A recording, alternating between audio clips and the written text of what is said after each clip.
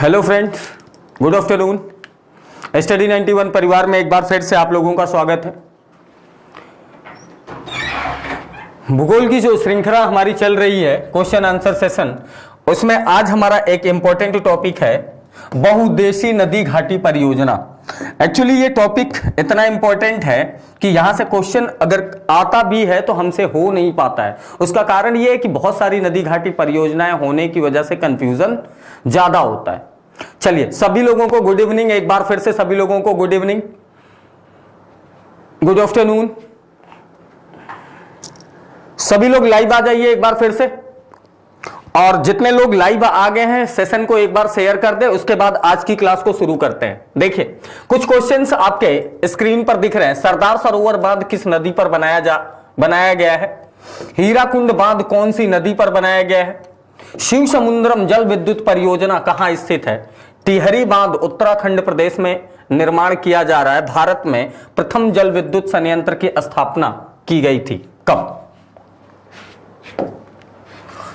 आज की क्लास को शुरू करने से पहले कुछ आपके लिए इंफॉर्मेशन है। पेट 2022 के लिए हमारी संस्था के द्वारा एक नया बैच शुरू किया गया जिसकी कीमत मात्र 1499 रुपए। आप इसे ज्वाइन कर सकते हैं।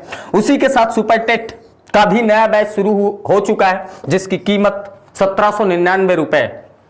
हिंदी इंडिविजुअल नितिन सर के द्वारा हिंदी इंडिविजुअल की क्लास जो नया बैच शुरू किया गया है नितिन सर के द्वारा, आप इसे ज्वाइन कर सकते हैं मात्र 1499 रुपए में। यूपी पुलिस कांस्टेबल का भी बैच शुरू किया गया है। अगर आपने अभी तक हमारा एप्लीकेशन डाउनलोड नहीं किया है तो गूगल प्ले स्टोर पर जाकर हमारे ऑफिशियल एप्लीकेशन को डाउनलोड कर सकते हैं और कई सारी इंफॉर्मेशन वहां से ले सकते हैं। आपके लिए खुशखबरी है, महाबचत ऑफर शुरू किया गया स्टडी 91 की तरफ से। अगर आप पेट 2022 का बैच परचेज करते हैं या उससे एनरोल होते हैं और पेट 91 कूपन कोड अप्लाई करते हैं तो फ्लैट 500 रुपए का डिस्काउंट दिया जाएगा। एक चीज और, कॉम्बो ऑफर आपके लिए मात्र 380 रुपए में है।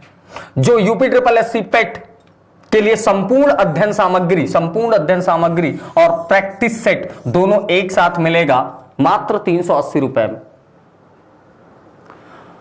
आज की क्लास को शुरू करते हैं और आज की क्लास का पहला क्वेश्चन आपके सामने, सरदार सरोवर बांध किस नदी पर बनाया जा रहा है? इस क्वेश्चन का आंसर करिएगा जल्दी। सरदार सरोवर बांध किस नदी पर बनाया गया है? नर्मदा नदी, चंबल नदी, सतलज नदी, महानदी। जल्दी बताइएगा इस क्वेश्चन का आंसर।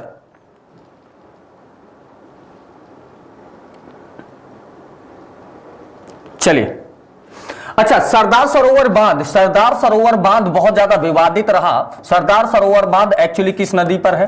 नर्मदा नदी पर यह सरदार सरोवर बांध, इसकी ऊंचाई अधिक होने के कारण नर्मदा का प्रोटेक्शन शुरू कर दिया गया कुछ लोगों के द्वारा। उसके जो लीडर थे मेधा, क्या नाम था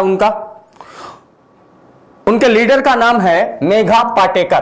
क्या नाम है? मेघा पाटेकर के द्वारा एक आंदोलन शुरू किया गया, नर्मदा बचाओ आंदोलन। आपसे क्वेश्चन कई बार डायरेक्ट पूछता है कि नर्मदा बचाओ आंदोलन किसके द्वारा नेतृत्व किया गया?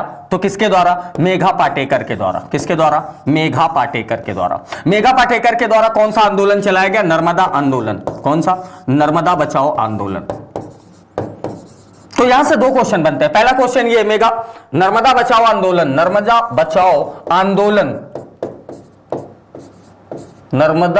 आंदोलन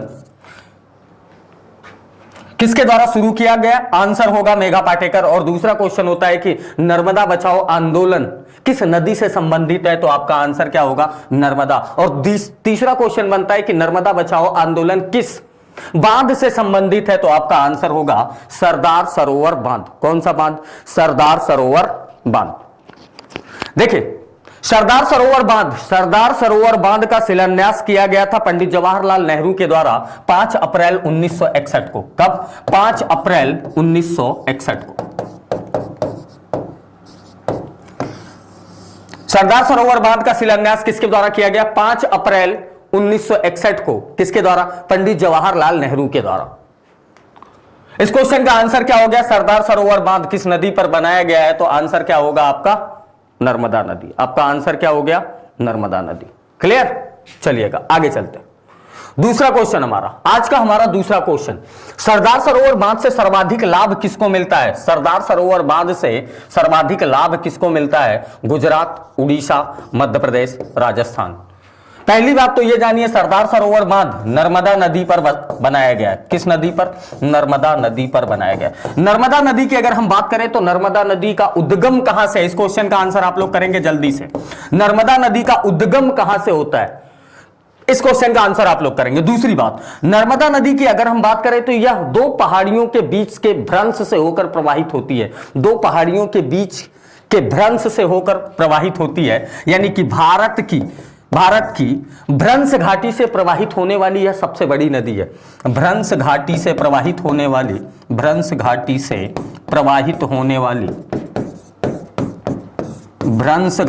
प्रवाहित होने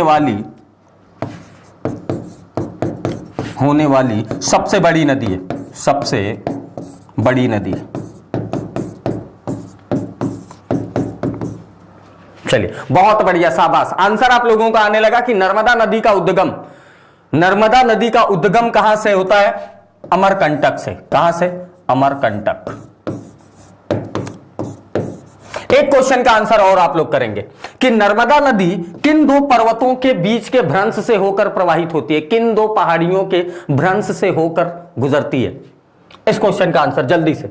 तो सरदार सरोवर से सबसे अधिक लाभ किसको मिलता है? सबसे अधिक लाभ मिलता है गुजरात को। किसको मिलता है? सबसे अधिक लाभ मिलता है गुजरात को। ठीक। और लाभ लेने वाले अन्य राज्य कौन कौन से हैं? अन्य राज्यों में राजस्थान भी है, मध्य प्रदेश भी है, मध्य प्रदेश भी है, महाराष्ट्र भी है। अन्य राज्यों की अगर हम बात करें तो अन्य राज्यों में कौन है? राजस्थान है,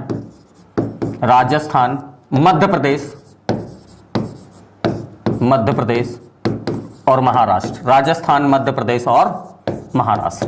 बात समझ में आ गई?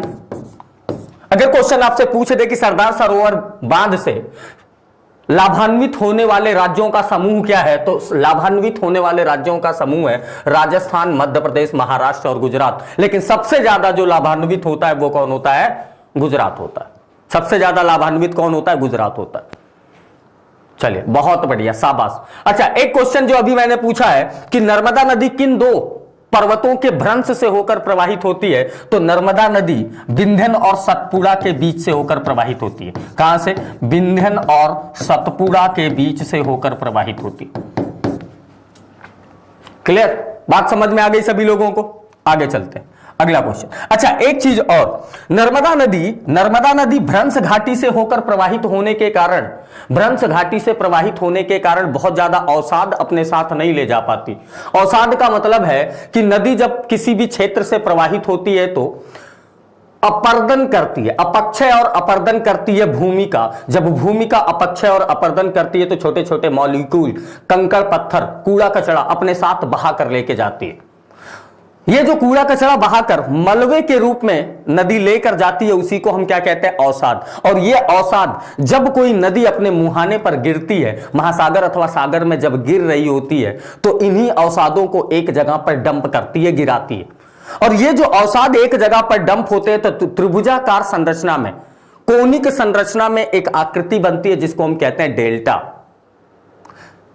बात समझ में आ गई? डेल्टा उतना बड़ा होगा जितना बड़ा, डेल्टा का साइज उतना बड़ा होगा जितना नदियों के पास मलबा होगा, जितना नदियों के पास अवसाद होगा। और अवसाद की मात्रा उतनी ज्यादा तब होगी जब नदी किसी मैदानी क्षेत्र से प्रवाहित होगी। नदी जब मैदानी क्षेत्र से प्रवाहित होती है तो यह अपने साथ अवसादों को ज्यादा लेकर जाती है। कारण यह होता है कि मैदानी क्षेत्रों में अपक्षय और अपर्दन की प्रक्रिया तेज होती। जब तेज होगी यह क्रिया तो अवसाद की मात्रा ज्यादा हो जाती है। लेकिन जब कोई नदी पर्वतीय क्षेत्र से होकर प्रवाहित होगी तो पथरीले क्षेत्र से पास होने की वजह से उसके पास बहुत ज्यादा मलबा नहीं होता है, बहुत ज्यादा अवसाद नहीं होता, और जब बहुत ज्यादा अवसाद नहीं होगा तो जहां पर ये गिरती है, मान लीजिए ऐसे गिर रही होगी, तो बहुत ज्यादा अवसाद नहीं होने की वजह से डेल्टा का साइज बहुत छोटा होता है। और जब डेल्टा का साइज बहुत छोटा होता है तो इसे डेल्टा नहीं बल्कि एस्चुअरी के नाम से जानते हैं। किस नाम से जानते हैं? एस्चुअरी के नाम से जानते हैं। इसी एस्चुअरी को ज्वार नदमुख भी कहा जाता है। क्या बोला जाता है? ज्वार नदमुख। तो एक बात और ध्यान रखिए, नर्मदा नदी कहां गिरती है? अरब सागर में गिरती है। नर्मदा नदी कहां गिरती है? अरब सागर में गिरती है। और दूसरी बात, नर्मदा नदी एस्चुअरी या ज्वार नदमुख का निर्माण करती है। एस्चुअरी या ज्वार नदमुख का निर्माण करती है। नर्मदा नदी डेल्टा का निर्माण नहीं करती है। नर्मदा नदी डेल्टा का निर्माण नहीं करती। बात समझ में आ गई सभी लोगों को? आगे चलते, अगला क्वेश्चन। निम्न में से कौन सा बांध नदी पर नहीं है? निम्न में से कौन सा बांध नदी पर नहीं है? बरगी बांध, ओंकारेश्वर बांध, इंदिरा सागर बांध, बाण सागर बांध। इस क्वेश्चन का आंसर जल्दी से। तो निम्न में से कौन सा बांध नदी पर नहीं है? तो एक बात समझिएगा, बरगी, ओंकारेश्वर और इंदिरा सागर बांध ये तीनों नदी पर बने हुए बांध है। और बाण सागर बांध नदी पर बना हुआ नहीं है। नदी पर बना हुआ नहीं है। क्लियर? चले आगे चलते, अगला क्वेश्चन। चलिए, बहुत बढ़िया, शाबाश। इंदिरा सागर बांध किस नदी पर स्थित है? इंदिरा सागर बांध किस नदी पर स्थित है? इंदिरा सागर बांध किस नदी पर स्थित है? ताप्ती नदी, नर्मदा नदी, कृष्णा नदी, कावेरी नदी। इंदिरा सागर बांध किस नदी पर स्थित है? इस क्वेश्चन का आंसर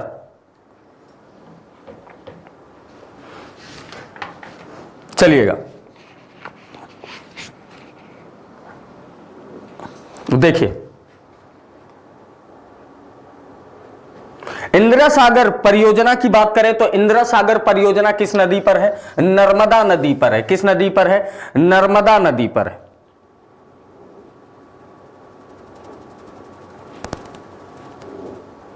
चलिए, बहुत बढ़िया।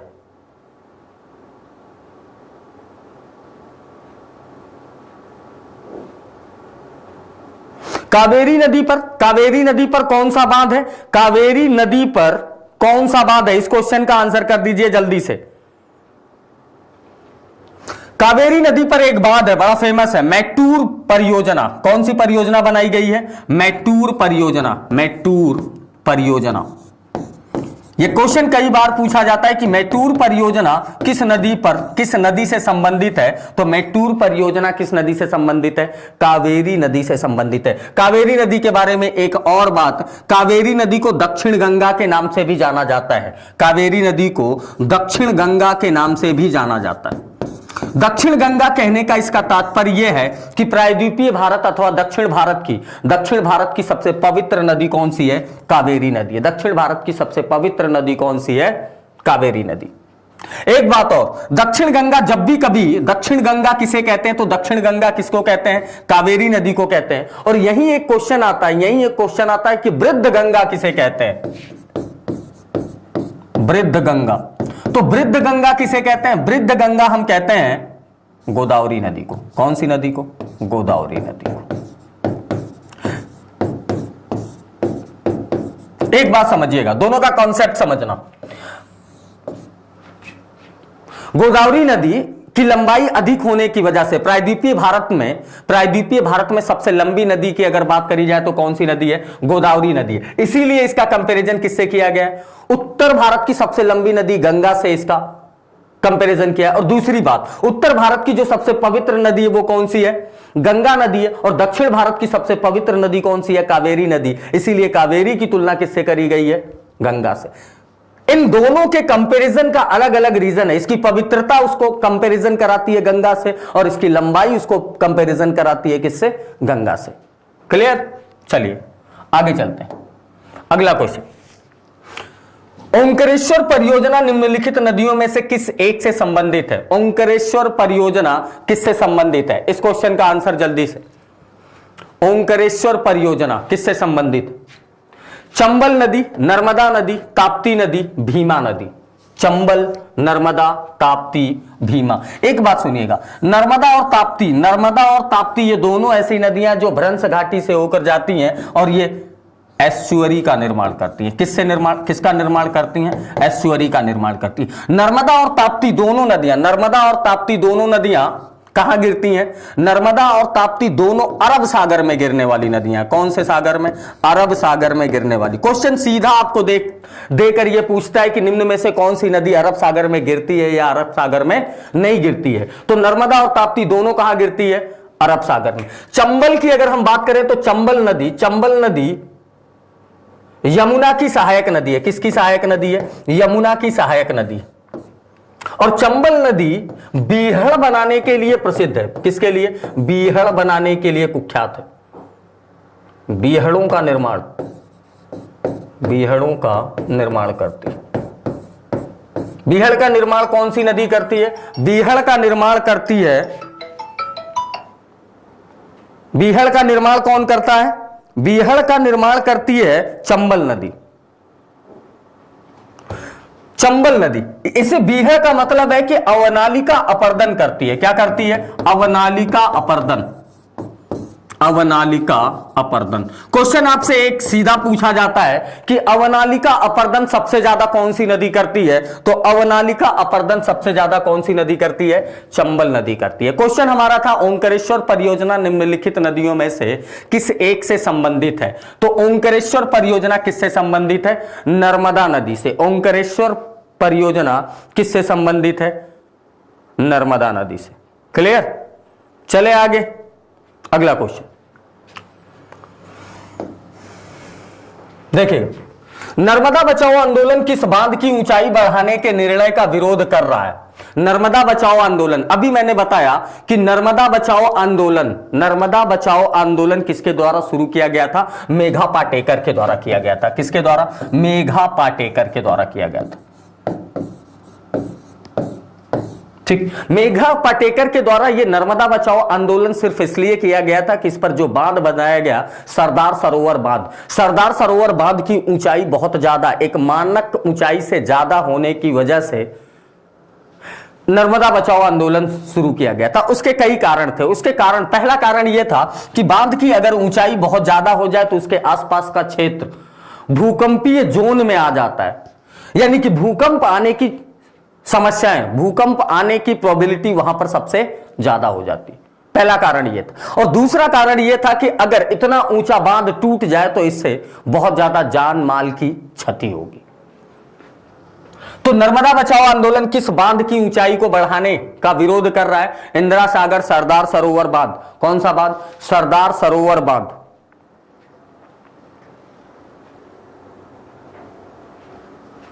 आंसर बताइएगा जल्दी से। गांधी सागर बांध, उपर्युक्त में से कोई नहीं। देखिए, नर्मदा बचाओ आंदोलन जो शुरू किया गया था, कब शुरू किया गया था? नर्मदा बचाओ आंदोलन शुरू किया गया था कब से? 1985 में। कब शुरू किया गया था? 1985 में। तो नर्मदा बचाओ आंदोलन किससे संबंधित है? सरदार सरोवर बांध। इसी सरदार सरोवर बांध से सबसे ज्यादा लाभान्वित होने वाला राज्य कौन सा है? गुजरात है। सबसे अधिक लाभान्वित होने वाला राज्य कौन सा है? गुजरात है। इस गुजरात के अलावा और कौन कौन से राज्य जो लाभान्वित होते हैं सरदार सरोवर बांध से? तो महाराष्ट्र, राजस्थान,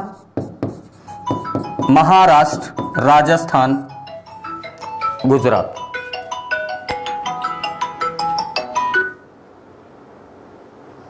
क्लियर?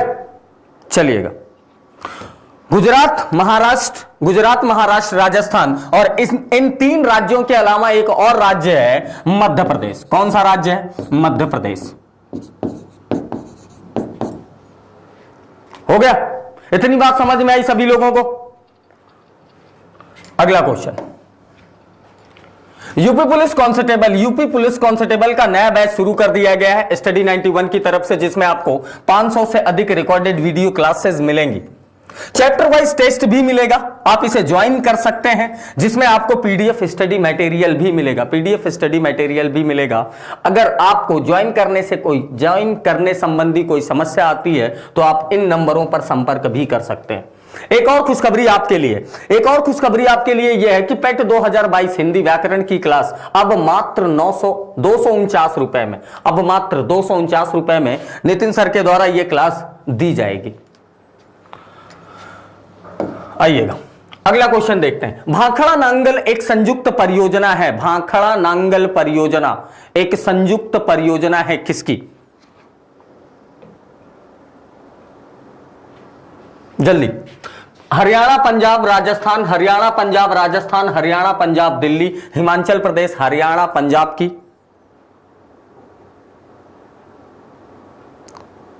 भाखड़ा नांगल परियोजना के तहत, भाखड़ा नांगल परियोजना के तहत भाखड़ा और नांगल दो डैम बनाए गए हैं। क्या बनाया गया? भाखड़ा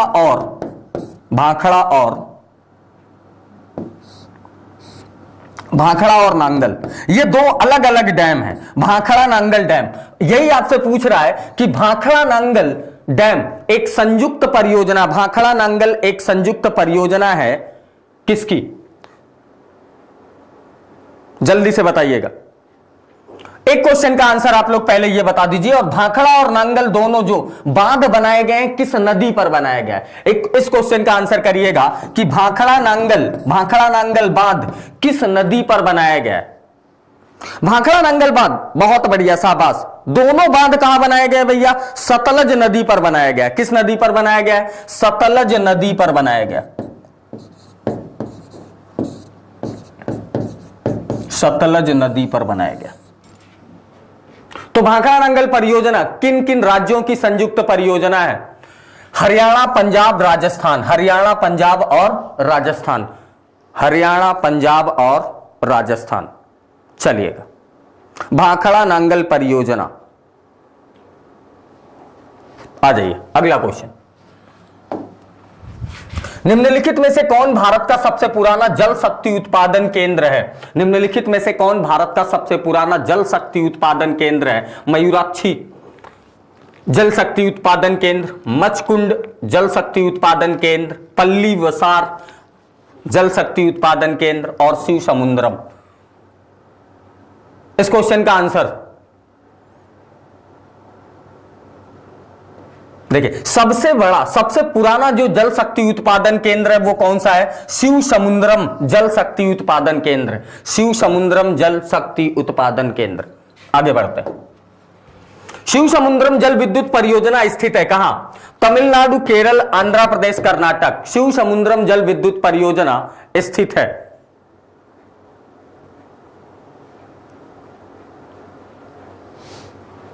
तमिलनाडु, केरल, आंध्र प्रदेश, कर्नाटक। ये शिव समुद्रम जल विद्युत परियोजना कहां स्थित है? शिव समुद्रम जल विद्युत परियोजना कर्नाटक की एक परियोजना है। हीराकुंड बांध कौन सी नदी पर बनाया गया? हीराकुंड बांध कौन सी नदी पर बनाया गया है? थोड़ा सा इसमें करेक्शन कर लीजिए। हीराकुंड बांध, हीराकुंड बांध कौन सी नदी पर बनाया गया है? शिवनाथ नदी, नर्मदा नदी, महानदी और सोन नदी। हीराकुंड बांध महानदी पर बनाया गया है। और ये जो महानदी की बेसिन है, महानदी का बेसिन जो है ये धारवाड़ क्रम की चट्टानों के लिए प्रसिद्ध है। किसके लिए? धारवाड़ क्रम की चट्टानों के लिए प्रसिद्ध है। इस महानदी बेसिन में चट्टान पाए जाने के साथ साथ इनमें जो चट्टानें पाई जाती हैं ये चट्टान औषधि प्रकार की चट्टानें हैं। और इस महानदी बेसिन में पेट्रोलियम तथा प्राकृतिक गैस का भंडारण भी पाया जाता है। क्लियर? तो हीराकुंड बांध कौन सी नदी पर है? महानदी बांध पर बनाया गया है। कौन सी नदी पर? महानदी बांध पर बनाया गया है। आगे चलते हैं।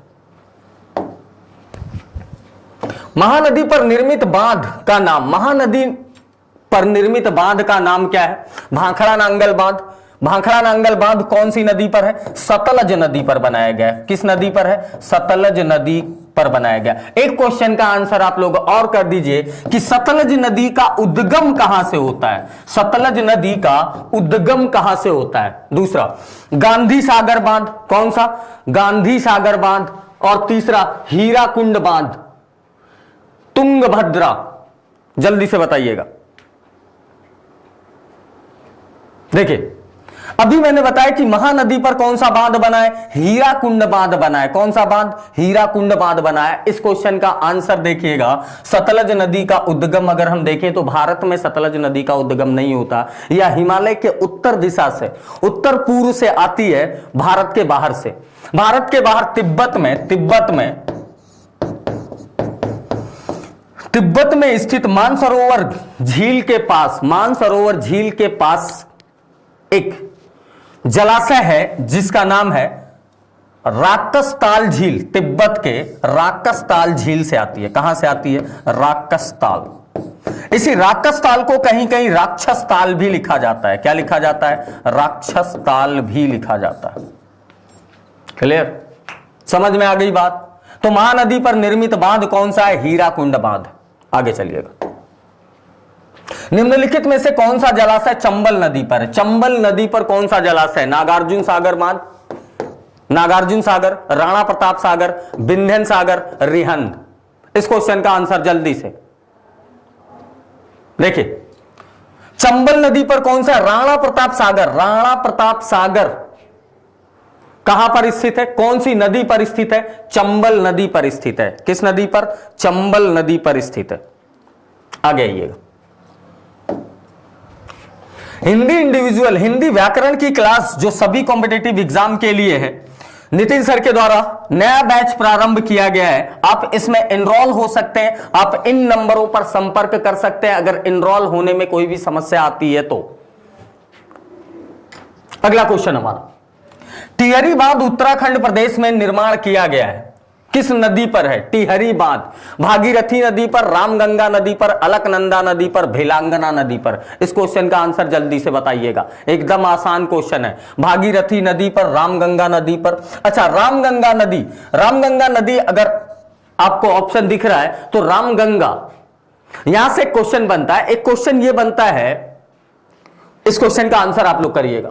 गंगा नदी में मिलने वाली पहली सहायक नदी कौन सी है, गंगा की पहली सहायक नदी, यानी कि गंगा ऐसे अगर प्रवाहित हो रही है तो इसकी पहली सहायक नदी कौन सी है, तो इसका आंसर है रामगंगा नदी। कौन सी नदी, रामगंगा नदी। टिहरी बांध उत्तराखंड में किस नदी पर है, अलकनंदा, भिलांगना। एक बात और समझिए, इसी भागीरथी और अलकनंदा के मिलने से ऐसे एक नदी आती है भागीरथी, एक नदी इधर से आती है अलकनंदा। अलकनंदा और भागीरथी के मिलने के बाद, ही गंगा नदी का विकास होता है। किस नदी का, गंगा नदी का। क्लियर। एक क्वेश्चन का आंसर और कर दीजिए आप, ये अलकनंदा और भागीरथी जहां पर मिलकर गंगा का निर्माण करती हैं, उस क्षेत्र को किस नाम से जाना जाता है। ये कौन सी जगह है जहां गंगा भागीरथी और अलकनंदा के मिलने से बनती है। इस क्वेश्चन का आंसर जल्दी से, इस क्वेश्चन का आंसर देख लीजिए, देवप्रयाग। कौन सा, देवप्रयाग। उत्तराखंड में एक स्थान है देवप्रयाग, जहां भागीरथी और अलकनंदा का संगम है, और इसी संगम के आगे जब इनकी सम्मिलित जलधारा जाती है तो उसे गंगा के नाम से जाना जाता है। एक क्वेश्चन और, कि जब गंगा आगे बढ़ती है तो इसकी पहली सहायक नदी कौन सी है, रामगंगा नदी है। कौन सी है, रामगंगा नदी है। क्लियर। तो टिहरी बांध किस नदी पर बनाया गया है, टिहरी बांध किस नदी पर बनाया गया है, भागीरथी नदी पर बनाया गया। इसी भागीरथी नदी पर बनाया गया। किस पर, इस पर। यह कौन सी नदी है, अलकनंदा। कौन सा बांध है, टिहरी बांध। अगला क्वेश्चन, तेलुगु गंगा परियोजना से किस शहर को पानी मिलता है, गंगा परियोजना से किस शहर को पानी मिलता है, मदुरई, मद्रास, बंगलुरु, तिरुचिरापल्ली। इस क्वेश्चन का आंसर जल्दी से करेंगे आप लोग। देखिए, तेलुगु गंगा परियोजना से किस शहर को पानी मिलता है, तो तेलुगु गंगा परियोजना से किसको पानी मिलता है, मद्रास को मिलता है। किसको, मद्रास को मिलता है। अगला क्वेश्चन, बहुउद्देशीय नदी घाटी परियोजनाओं को आधुनिक भारत का मंदिर किसने कहा था, बहुउद्देशीय नदी घाटी परियोजनाओं को आधुनिक भारत का मंदिर किसने कहा था? डॉक्टर राजेंद्र प्रसाद, जवाहरलाल नेहरू, श्रीमती इंदिरा गांधी, महात्मा गांधी। इस क्वेश्चन का आंसर जल्दी से, एकदम आसान क्वेश्चन है लेकिन बार बार पूछा जाता है। यह क्वेश्चन कई बार पूछा गया है कि बहुउद्देशीय नदी घाटी परियोजनाओं को आधुनिक भारत का मंदिर किसने कहा। एक बात समझिएगा, एक बहुउद्देशीय नदी घाटी जो परियोजना होती है इसकी बड़ी इंपॉर्टेंस होती है। इसकी इंपॉर्टेंस यह है कि यह एक ऐसी परियोजना होती है जिससे कई उद्देश्यों की पूर्ति होती है, जिससे कई उद्देश्यों की पूर्ति होती है। जैसे पेयजल की पूर्ति होती है, जैसे पेयजल की पूर्ति होती है। दूसरा जल विद्युत परियोजना का भी निर्माण इसमें किया जाता है, मतलब विद्युत की भी आपूर्ति होती है। किसकी? विद्युत की भी आपूर्ति होती। आपात स्थिति में, कौन सी स्थिति में? आपात स्थिति में। आपात का मतलब सूखा वाली स्थिति में जल बहुउद्देशीय नदी घाटी परियोजनाओं के तहत जो डैम बनाए जाते हैं बड़े बड़े, उन डैम में एकत्रित जो पानी होता है, सूखा की स्थिति में उन पानी का प्रयोग भी किया जाता है। क्लियर? चलिए एक चीज और, बाढ़ से बचने के लिए किसी नदी के जल को जब एक जगह पर एकत्रित कर दिया जाए तो बाढ़ से भी हद तक बचा जा सकता है, यानी कि प्राकृतिक आपदाओं से भी बचा जा सकता है। प्राकृतिक आपदा, और यह प्राकृतिक आपदा में किसको शामिल करेंगे? प्राकृतिक आपदा कौन सी होगी? बाढ़। क्लियर? तो बहुउद्देशीय नदी घाटी परियोजनाओं को आधुनिक भारत का मंदिर किसने कहा था भैया? पंडित जवाहरलाल नेहरू ने कहा था। किसने कहा था? पंडित जवाहरलाल नेहरू के द्वारा कहा गया था। आगे चलते हैं, अगला क्वेश्चन। अलमट्टी बांध किस नदी पर स्थित है? अलमट्टी बांध किस नदी पर स्थित है? तो अलमट्टी बांध कृष्णा नदी पर स्थित है। किस पर? कृष्णा नदी पर स्थित है। बहुत बढ़िया, शाबाश, सभी लोगों का आंसर आया। अलमट्टी बांध किस नदी पर है? कृष्णा नदी पर। कृष्णा नदी पर एक झील का नाम है, एक झील बनाई गई है। कौन सी झील है? उस झील का नाम बता दीजिए। कृष्णा नदी पर, कृष्णा नदी के जल से एक झील का निर्माण किया गया है, आर्टिफिशियल लेक का निर्माण किया गया है। उस झील का नाम बता दीजिए आप लोग। और यह झील कहां है? आंध्र प्रदेश में। कहां है? आंध्र प्रदेश में। इतना मैंने बता दिया, आंध्र प्रदेश में। आंध्र प्रदेश में ये मानव निर्मित जो झील है, मानव निर्मित झील जो है, इस मानव निर्मित झील का नाम बता दीजिए। इस मानव निर्मित झील का नाम है नागार्जुन सागर। क्या नाम है? नागार्जुन सागर। नागार्जुन सागर। नागार्जुन सागर झील किस नदी पर बनाया गया? कृष्णा नदी पर बनाया गया। और कहां पर? ये आंध्र प्रदेश में। यह एक कृत्रिम झील है। यह एक कौन सी झील है? कृत्रिम झील है। चलिएगा आगे चलते हैं। तो अलमट्टी बांध किस नदी पर है? अलमट्टी बांध कृष्णा नदी पर बनाया गया है। अगला क्वेश्चन, भारत में प्रथम जल विद्युत संयंत्र की स्थापना की गई थी। कहां की गई थी? भारत में प्रथम जल विद्युत परियोजना, पहली जो हमारी जल विद्युत परियोजना है उसका निर्माण, उसकी स्थापना कहां की गई थी? इस क्वेश्चन का आंसर दार्जिलिंग में, शिव समुद्रम, मोहरा, खोपोली में। कहां किया गया था? जल्दी से बताइएगा।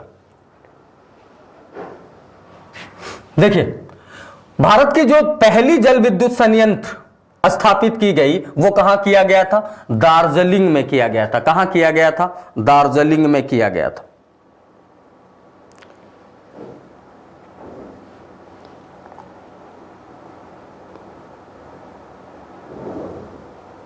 चलिए अगला क्वेश्चन,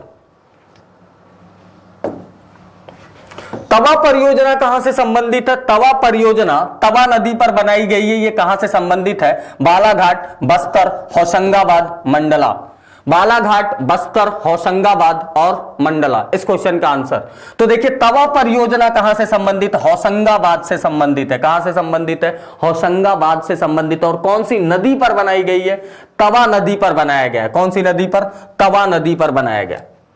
यूपी ट्रिपल एससी पेट 2022 के लिए, यूपी ट्रिपल एससी पेट 2022 के लिए नया बैच शुरू कर दिया गया है। आप ज्वाइन कर सकते हैं, आप ज्वाइन कर सकते हैं और पेट 91 कूपन कोड अगर आप अप्लाई करते हैं तो आपको फ्लैट 500 का डिस्काउंट मिलेगा, फ्लैट 500 का डिस्काउंट मिलेगा। हमारी संस्था के द्वारा सुपर टेट का भी नया बैच शुरू कर दिया गया है, जिसमें आपको वीडियो क्लासेस मिलेंगी, चैप्टर वाइज टेस्ट मिलेगा, पीडीएफ स्टडी मटेरियल भी मिलेगा। आप हमारी संस्था के इस बैच को ज्वाइन कर सकते हैं और अगर ज्वाइन करने में कोई समस्या आती है तो आप दिए गए नंबरों पर संपर्क भी कर सकते हैं। अगला क्वेश्चन, मेजा बांध का निर्माण हुआ है, मेजा बांध का निर्माण कहां हुआ है? कोठारी नदी पर, मनसी नदी पर, पार्वती नदी पर, खारी नदी पर। मेजा बांध का निर्माण कहां हुआ है? मेजा बांध का निर्माण कहां हुआ है? मेजा बांध का निर्माण किस नदी पर है भैया? बहुत बढ़िया, शाबाश। मेजा बांध का निर्माण कोठारी नदी पर हुआ है। अगला क्वेश्चन, तुलबुल परियोजना का संबंध है, तुलबुल परियोजना का संबंध है व्यास नदी, रावी नदी, झेलम नदी, सतलज नदी। इस क्वेश्चन का आंसर व्यास, रावी, झेलम, सतलज। तुलबुल परियोजना किस नदी पर बनाई गई है? देखिए, व्यास नदी की बात करें अगर हम, तो व्यास नदी कहां से निकलती है? इसका उद्गम अगर आपसे पूछ दे तो इसका उद्गम कहां है? व्यास कुंड से निकलती है। कहां से निकलती है ये? व्यास कुंड से निकलती है। रावी नदी की अगर हम बात करें तो रोहतांग दर्रे के समीप से निकलती है। झेलम नदी की अगर हम बात करें तो यह राकसताल से निकलती है। कहां से? राकसताल से निकलती है, सॉरी। झेलम नदी की अगर हम बात करें तो झेलम नदी कहां से निकलती है? वेरीनाग झील से निकलती है। कहां से? वेरीनाग झील से निकलती है, वेरीनाग झील से निकलती है। और सतलज नदी कहां से निकलती है? इसका उद्गम भारत में नहीं होता है, इसका उद्गम भारत से बाहर है, राकसताल झील से, राकसताल झील से निकलती। तुलबुल परियोजना किससे संबंधित है? तुलबुल परियोजना का संबंध झेलम नदी से। किस नदी से है? झेलम नदी से। अगला क्वेश्चन, तीस्ता जल विद्युत परियोजना किस राज्य में स्थित है? तीस्ता जल विद्युत परियोजना किस राज्य में स्थित है? हिमाचल प्रदेश, उत्तराखंड, अरुणाचल प्रदेश, सिक्किम। तीस्ता जल विद्युत परियोजना किस राज्य में स्थित है? इस क्वेश्चन का आंसर, तीस्ता नदी, एक नदी है तीस्ता नदी। तीस्ता नदी का उद्गम कहां से होता है भैया? तीस्ता नदी का उद्गम होता है सिक्किम में। सिक्किम में एक ग्लेशियर है, जेमू ग्लेशियर। कौन सा glacier? Zemu glacier, Zemu glacier. अच्छा, एक क्वेश्चन तो आपका यहीं से बनता है कि जेमू ग्लेशियर कहां स्थित है? जेमू ग्लेशियर, जेमू ग्लेशियर कहां स्थित है? जेमू ग्लेशियर सिक्किम में स्थित। इसी जेमू ग्लेशियर से एक नदी निकलती है जिसका नाम है तीस्ता नदी, और यह तीस्ता नदी किस में आके मिल जाती है? ब्रह्मपुत्रा नदी में आके मिल जाती है। किस में मिलती है? ब्रह्मपुत्रा नदी में मिलती है। मतलब ब्रह्मपुत्रा नदी की सहायक नदी है कौन सी नदी? तीस्ता नदी। क्लियर? चलिए, तीस्ता जल विद्युत परियोजना किस राज्य में स्थित है? इस क्वेश्चन का आंसर कर दीजिए सभी लोग जल्दी से। तो इतना अगर मैंने बता दिया, तीस्ता नदी कहां से निकलती है और किस में मिलती है? ब्रह्मपुत्रा में, सिक्किम से निकलती है। तो यह कहां की परियोजना है? सिक्किम की परियोजना। आगे चलते, कर्नाटक में स्थित बहुउद्देशीय नदी घाटी परियोजना, कर्नाटक में स्थित बहुउद्देशीय नदी घाटी परियोजना है दामोदर नदी घाटी, तुंगभद्रा नदी तुंगभद्रा, भाखड़ा, कोसी। कर्नाटक में कौन बहुउद्देशीय नदी घाटी परियोजना स्थित है? इस क्वेश्चन का आंसर आपको करना है। चलिए देखिए, तुंगभद्रा, तुंगभद्रा नदी घाटी कहां स्थित है? तुंगभद्रा नदी घाटी परियोजना कहां स्थित है? कर्नाटक में स्थित है। तुंगभद्रा कर्नाटक में स्थित है। अगला क्वेश्चन, काकरापारा परियोजना किस नदी से संबंधित है? इस क्वेश्चन का आंसर जल्दी से करिएगा। काकरापारा परियोजना, काकरापारा परियोजना किस नदी से संबंधित है?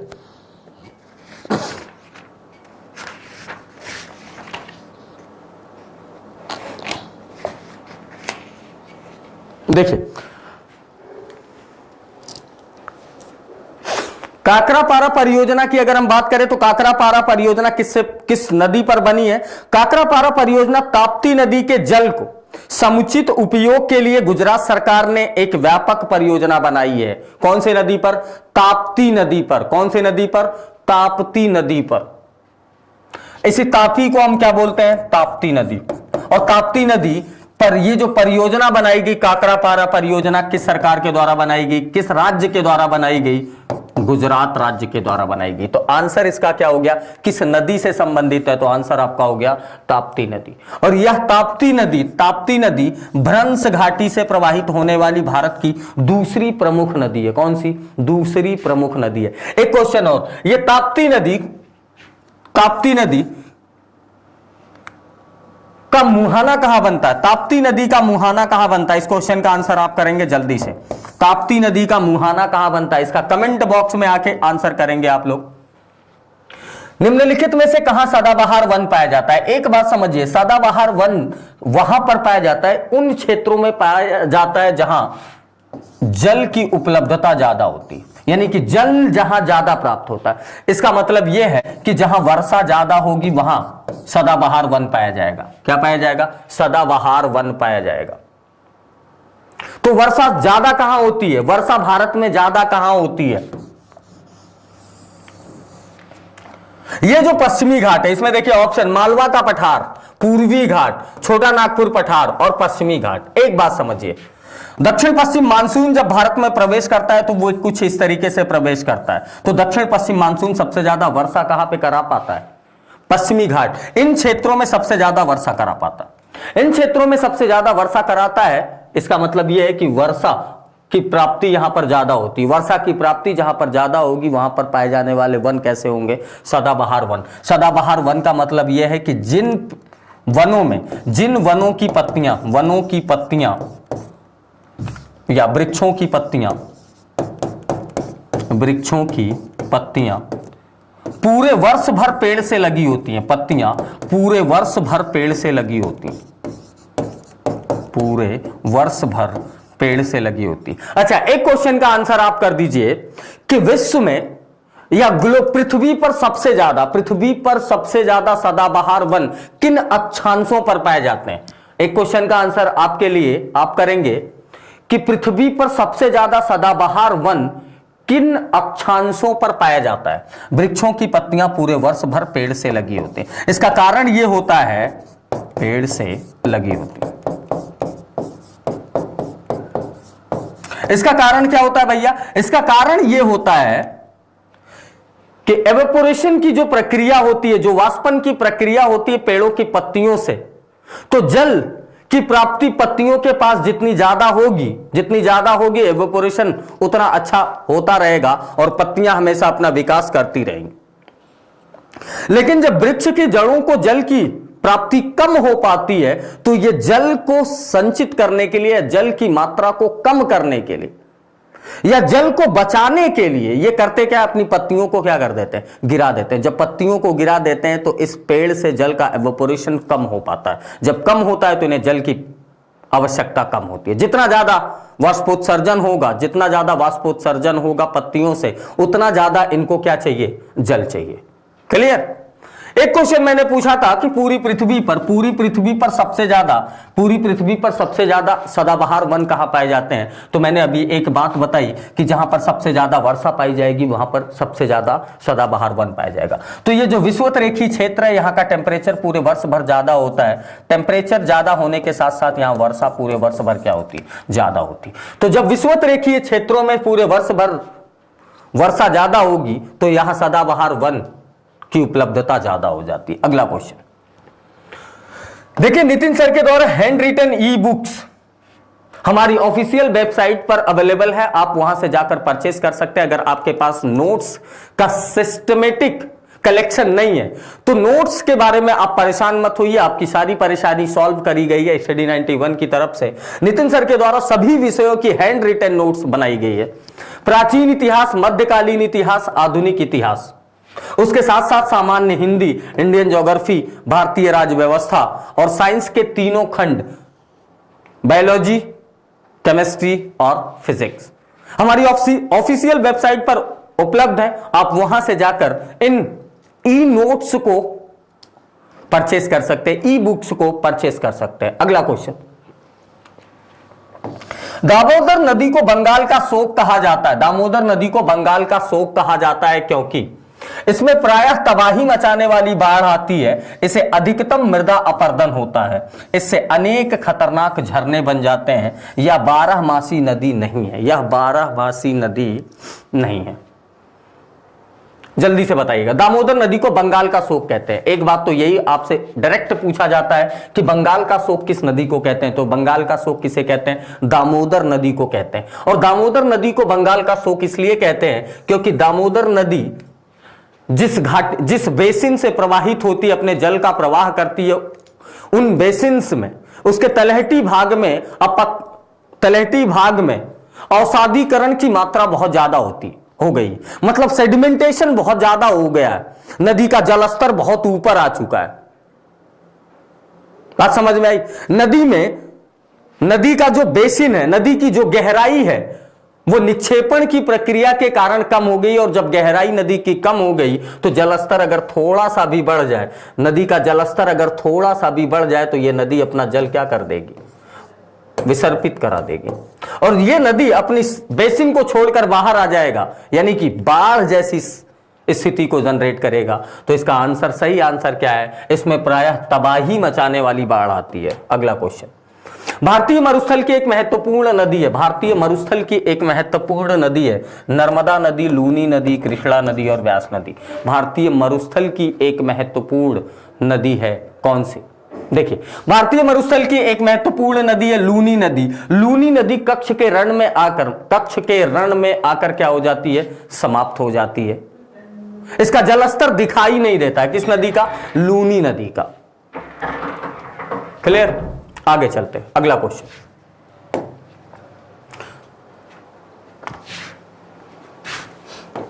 बाणसागर परियोजना से लाभान्वित होने वाले राज्य कौन कौन से? बाणसागर परियोजना से लाभान्वित होने वाले राज्य उत्तर प्रदेश, मध्य प्रदेश, राजस्थान, उत्तर प्रदेश, मध्य प्रदेश, बिहार, मध्य प्रदेश, राजस्थान, गुजरात, राजस्थान और गुजरात।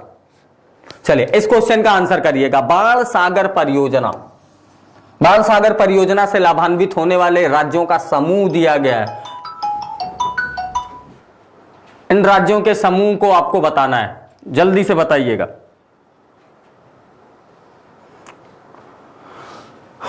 तो बाणसागर परियोजना से उत्तर प्रदेश, मध्य प्रदेश और बिहार, उत्तर प्रदेश, मध्य प्रदेश और बिहार सबसे ज्यादा लाभान्वित होते हैं। अगला क्वेश्चन, गिरना परियोजना कहां स्थित है? गिरना परियोजना कहां स्थित है? गिरना परियोजना महाराष्ट्र की एक परियोजना है। यह किस नदी पर बनी हुई है? गिरना नदी पर बनी है। किस नदी पर है? गिरना नदी पर बनी हुई है। आगे अगला क्वेश्चन, काकरापारा परियोजना किस नदी से संबंधित है? काकरापारा परियोजना या गुजरात की एक प्रमुख परियोजना है। किसकी है? गुजरात की एक प्रमुख परियोजना है। सबसे ज्यादा लाभान्वित होने वाला राज्य काकरापारा परियोजना से कौन सा है? गुजरात राज्य है। और गुजरात राज्य में ताप्ती नदी पर काकरापारा परियोजना बनाई गई है। ताप्ती नदी पर काकरापारा परियोजना बनाई गई। अगला क्वेश्चन, यह आज का अंतिम क्वेश्चन है। गंडक परियोजना किन दो राज्यों की संयुक्त परियोजना है? गंडक परियोजना किन दो राज्यों की संयुक्त परियोजना है? इस क्वेश्चन का आंसर बिहार और उत्तर प्रदेश। बहुत बढ़िया, बिहार और उत्तर प्रदेश। एक क्वेश्चन का आंसर आप करेंगे कमेंट बॉक्स में आकर कि गंडक परियोजना से लाभान्वित होने वाले ये जो राज्य हैं, बिहार और उत्तर प्रदेश। कौन है? बिहार और उत्तर प्रदेश। इन भारतीय राज्यों के अलावा कौन सा देश है? इन भारतीय राज्यों के अलावा कौन सा देश है जो गंडक परियोजना से लाभान्वित होता है? इस क्वेश्चन का आंसर आप कमेंट बॉक्स में आकर करेंगे। और आज के लिए बस इतना ही। कल फिर मिलेंगे लाइव क्लास के साथ। आज की हमारी रिकॉर्डेड क्लास थी, कल फिर मिलेंगे हम लाइव क्लास के साथ, पुनः नए जोश के साथ। आज के लिए बस इतना ही। Thank you very much.